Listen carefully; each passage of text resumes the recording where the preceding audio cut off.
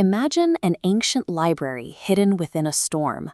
While a hurricane rages outside, its windows remain lit with a steady golden glow. Inside, millions of bookshelves stretch into the darkness. These aren't records of human history as we know it. Every volume here documents a timeline created by a choice a person never made. The keeper of every choice watches over these rows.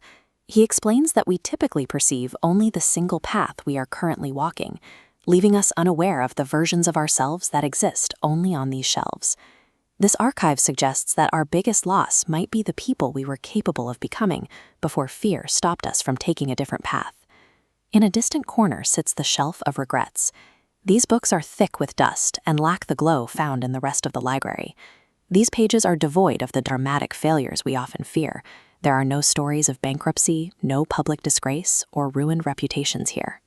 Instead, every book on this shelf concludes with the same realization: the author simply never took the first step. The records here suggest that long-term psychological pain stems from the weight of an unattempted dream, not from a lack of talent or luck. Take the book titled If You Had Said Yes. It details a timeline where the protagonist overcame a moment of panic and accepted a daunting opportunity to move abroad. They built an expansive international life and developed skills they never touched in reality. This diagram shows the split. The flat line represents reality, constrained by fear. The upward trajectory represents growth, possible when bypassed. Economists call this opportunity cost. The red shading illustrates the difference between the life we live and the one we were capable of creating. Fear functions as a destructive force, closing off these higher possibilities before we can even begin to explore them. Beyond fear lies the room of later. Millions of antique clocks hang suspended in a silent, dark void. This is the destination for unfinished businesses, for unwritten books, and neglected relationships. They remain here because their owners waited for a perfect moment that never arrived. We often fall for the illusion that the future contains an infinite reservoir of time. We tell ourselves that tomorrow will somehow offer better conditions for starting than today.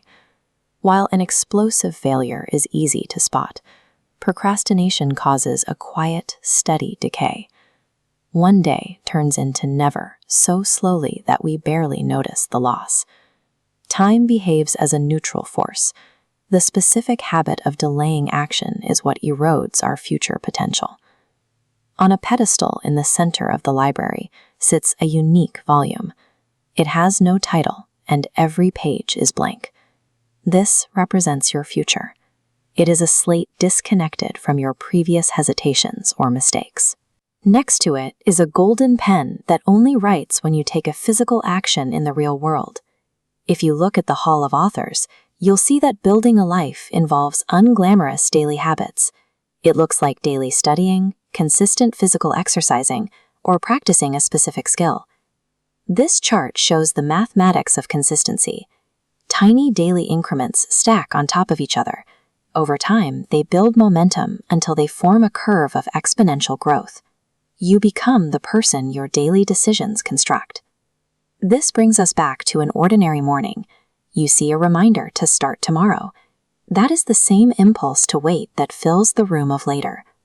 To reject the delay, you shut the screen and take the first small step toward a goal right now. Every hour lived today is a page being permanently recorded in your own book. Select one task you have been delaying and execute it today. Your future is being written by what you do right now.